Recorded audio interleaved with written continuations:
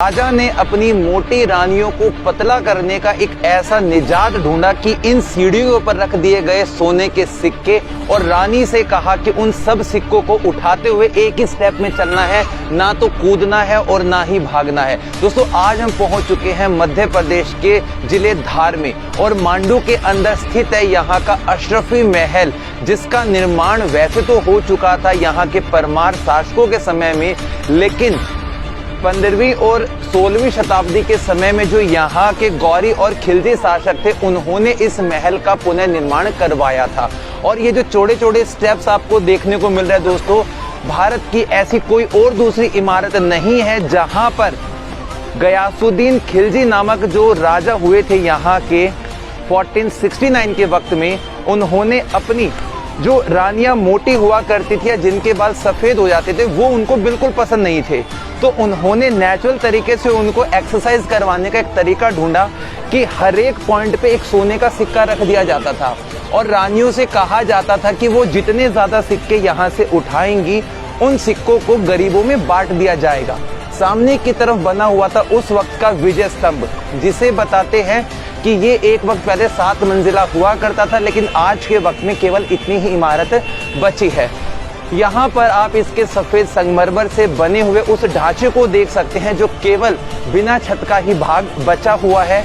एक square form की shape आज भी यहाँ पे मौजूद है और सफेद संगमरमर के जो पत्थर हैं, ये वाले इस क्षेत्र के नहीं हैं। अमूमन तौर पर इन पत्थरों को बाहर किसी दूसरे राज्य से लेकर आया गया होगा और कॉर्नर पॉइंट पे दरवाजे लगे होंगे, जिनके होल्स आज भी हम साफ तौर पर देख सकते हैं। स्क्विंच मेथड का वही यूज किया गया जिससे ऊपर की डोम बनती है। सामने की तरफ एक पवेलियन बना हुआ है, जिस पवेलियन को हम यहाँ से देख लेते हैं कि एक वक्त पहले का शाही ये वाला महल रहा होगा, जिसे अशरफी महल कहते हैं, लेकिन ऊपर की तरफ कुछ कब्र यहाँ देखने को मिलेगी।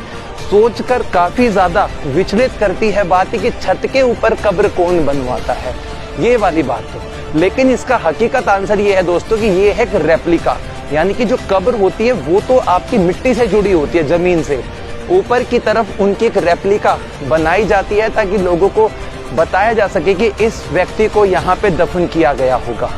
यदि हम इतिहास के पन्नों को पलटते हैं तो हमें मालूम पड़ता है कि परमार राजाओं में से भोज नामक जो राजा थे, उन्होंने इस स्थान को अपना स्कूल के रूप में बनाया था, यानी कि यहाँ पे चलता था उनका स्कूल और जहाँ पे संस्कृत भाषा को सिखाया जाता था। लेकिन बाद के शासकों में से होशंग शाह गौरी जो शासक बने थे, उन्होंने इस हिस्से को अपने संस्कृत स्कूल को बदलकर मदरसे में तब्दील कर दिया और उसके बाद में यहाँ पे जो तालीमें हैं वो अरबिक या फारसी सिखाई जाने लगी और यहाँ पर उन्होंने अपने हिसाब से काफ़ी सारी जो इमारतें हैं वो बनवाई थी। महमूद खिलजी का मकबरा आज हम यहाँ पर देख भी पा रहे हैं दोस्तों। इस स्थान को बोलते हैं महमूद खिलजी का मकबरा। 1452 के वक्त में महमूद खिलजी ने ही उर्दू पाठशाला के अंदर इसको तब्दील किया था। यहाँ पे आप देखेंगे कैलीग्राफी भी दीवारों के ऊपर की गई है, जो हमें इस्लामिक और राजपूताना स्ट्रक्चर को जोड़ती है। यहाँ पे काफी सारी कब्रें बनी हुई हैं सफेद ताबूत के अंदर और ऊपर की जो इमारतें हैं वो लगभग खत्म हो चुकी हैं। 7 मंजिला इमारत रही थी एक वक्त की, लेकिन आज केवल खंडहर इसके कॉर्नर पे हम लोगों को देखने को मिलते हैं। उनको भी देख लेते हैं। वहाँ पे कुछ अरबिक या फारसी जो कैलीग्राफी है उसके ताबूत और पत्थर पे निशान, वो चिन्ह हमें दिखाई दे रहे हैं, जिससे कि हमें इसकी वास्तविकता का मालूमात होता है।